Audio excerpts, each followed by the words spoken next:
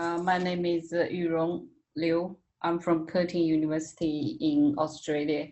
So I'm doing PhD. My PhD project is part of the objective is to study the reaction mechanism of biochar gasification. So today I'll present to you some of the work of studies on the pore structure development in biochar during gasification. So we use small angle X-ray scattering as a characterization technique to study it. So before I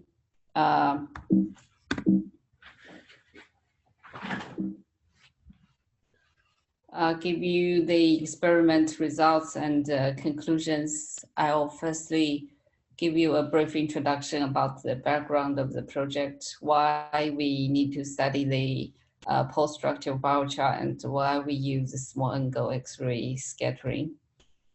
So due to the concern of the global warming and energy security, there's been increasing demand for renewable energy. So biomass represents a promising alternative to fossil fuels.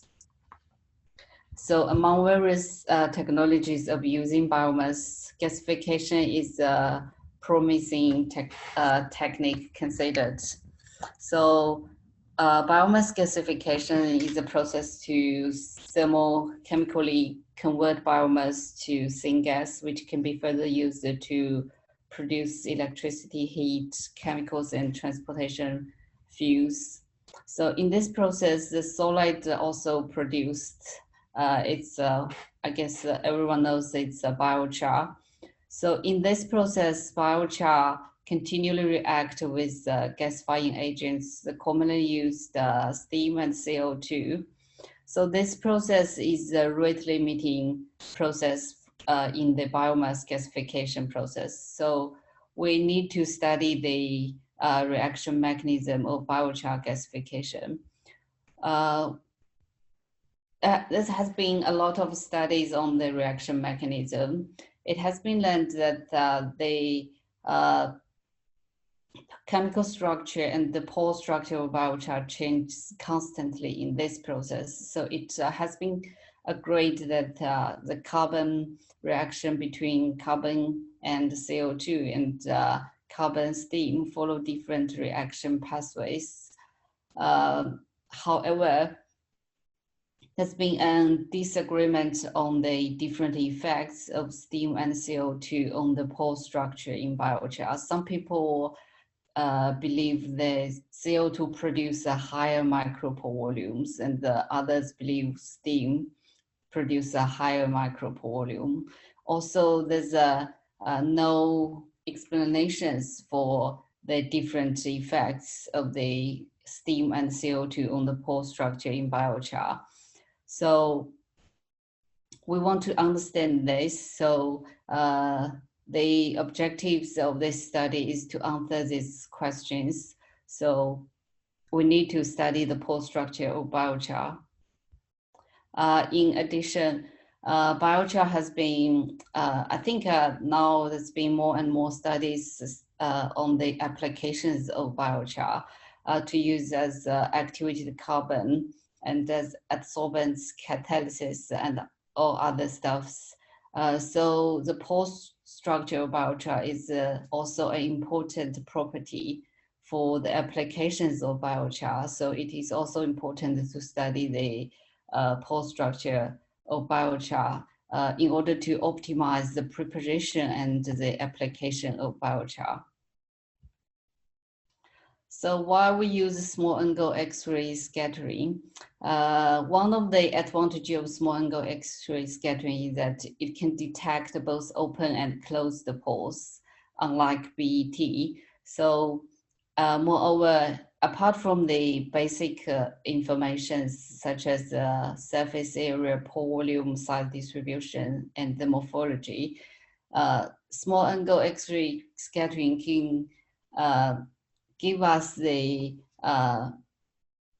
fractal features of the pore network over different length scales. So this is a typical data set from small angle X-ray scattering. After fitting with the unified fit, we can get the average size of the micropores, and we can also get information on the mesopores. So this blue line represents the slope at the low Q region. So this slope gives us the fractal dimensions of the pore network.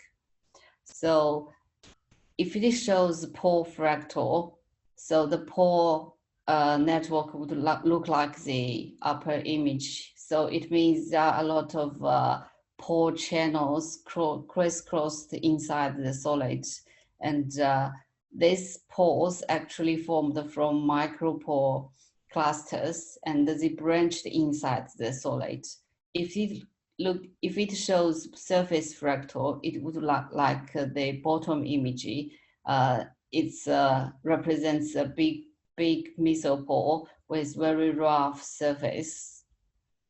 So keep this in mind. We can show you the experimental setup and the results. So this is a experiment setup at the Australian synchrotron. We put our samples here. So samples put inside the quartz capillary. So underneath is a hot air blower to heat up the biochar, and the gas are controlled to flow in from one end and pass through biochar to go through reactions and pass out from the other end. The data was continually recorded and obtained with a 1 second resolution. This is the data set we get during the in situ measurement. So we can tell the intensity at the higher Q region, which represents the changes of the micropores. It has slowly decreased, which means the micropores slightly reduced. Well, in the low Q region, the intensities greatly increased. This means more and more mesopores are generated in this process. We can also notice some differences in the changes of the intensity among the different gasifying agents. This represents that there are actually some differences in the pore structure in different gasifying agents. So when we further analyze the data, we found that after the same conversion time, the biochar produced in CO2 has the highest micropore volume, followed by the biochar produced in steam, and the biochar produced in the mixture has the lowest micropore volume. For the porous network, we have a very interesting finding that the fractal dimension changed in the pore in the biochar. So when biochar gasified in CO2, it remains as pore fractal throughout the process. Well, for the biochar gasified in steam and in the mixture, the porous network changed from pore fractal at early conversion level and to surface fractal at the higher conversion level. So this means initially there are a lot of micropores in the biochar, and these micropores, these micropore clusters formed a lot of pore channels. These channels branched inside the solid. So on the mesopore size scale, it looks like a sponge structure. So it looks like this. So after the same conversion level in CO2, it remains as pore fractal. The change is that the channel widths slightly increased, but this structure, this feature extended to a larger scale. When biochar gasified in steam or in the mixture after the same conversion level, it transformed from this pore fractal to surface fractal. So this porous network on the mesopore size scale exhibits a lot of bigger mesopores with extremely rough surface. So why the pore structure changed differently? So from one side, the different changes in the pore structure has again confirmed that the reaction pathways in steam and in CO2 is different. Another thing is that we believe the different pore structure change. The reason for this is actually the different reaction pathways. So why the different pathways? So how the pores are created, how the pores are evolved. So the porosity in biochar originates from the disordered carbonaceous, the matrix of the carbon network. So with the removal of carbon, that changed in the porous network, this is why the changes in the pore structure. So why it changed differently in steam and CO2? So we believe because different carbon are removed, or carbon at different locations are removed. So the porous network left behind would look differently. At the same temperature, steam has higher reactivity than CO2. So carbon removal in steam would less selective. But in CO2, the removal of carbon would be more selective. It would attack some carbons at particular positions. So this is why the porous network changes differently. This can also help us to understand the effect of the temperature on the pore structure. So at 700 degrees, due to the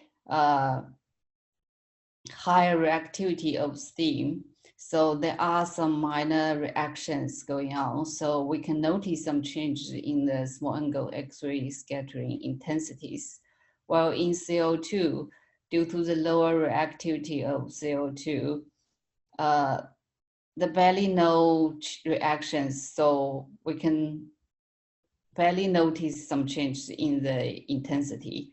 When the temperature increased to 900 degrees, it actually only took 35 minutes for all the biochar to be fully converted. So at the 900 degree, the reactivity, the reaction rate greatly increased. So a lot of more pores are created, and a lot of pores are become bigger. So we can notice the faster change in the small angle X-ray scattering intensities. So due to the faster reaction rate the carbon removal is rapid. So a lot of pores are created and the pores are become bigger. So at 900 degrees, when the temperature increased from 7 to 900 degrees, the pore size and pore volume distribution would shift to larger pores. So here comes the conclusion. So we use the in situ small angle X-ray scattering to study the pore structure changes in biochar during gasification in steam, CO2, and in the mixture. We found that CO2 produces a highly microporous biochar with the mesoporous network represents a pore fractal structure, while steam is less selective towards reacting with biochar, resulting in a less worm-like network of pores than CO2. We also found an increase in temperature leads to less selective carbon removal, due to the increased rate of pore generation and enlargement.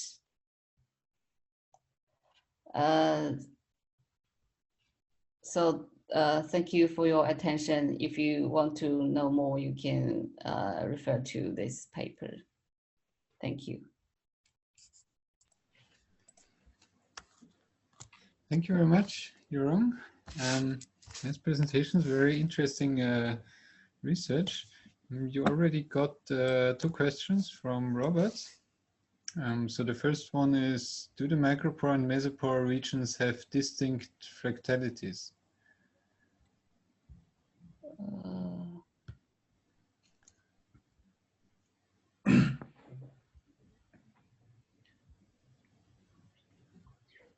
Sorry, I was checking the question. Can you repeat it? Do the micropore and mesopore regions have distinct fractalities? What can I say? So do you see a surface fractality only in the mesopore region, or do you see that also in the micropores?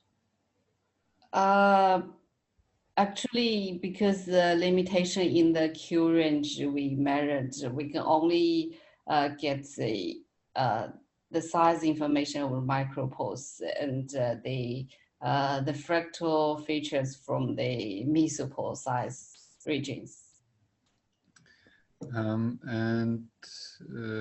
Yeah, the second question was, don't all biochars exhibit surface fractality at all pore sizes?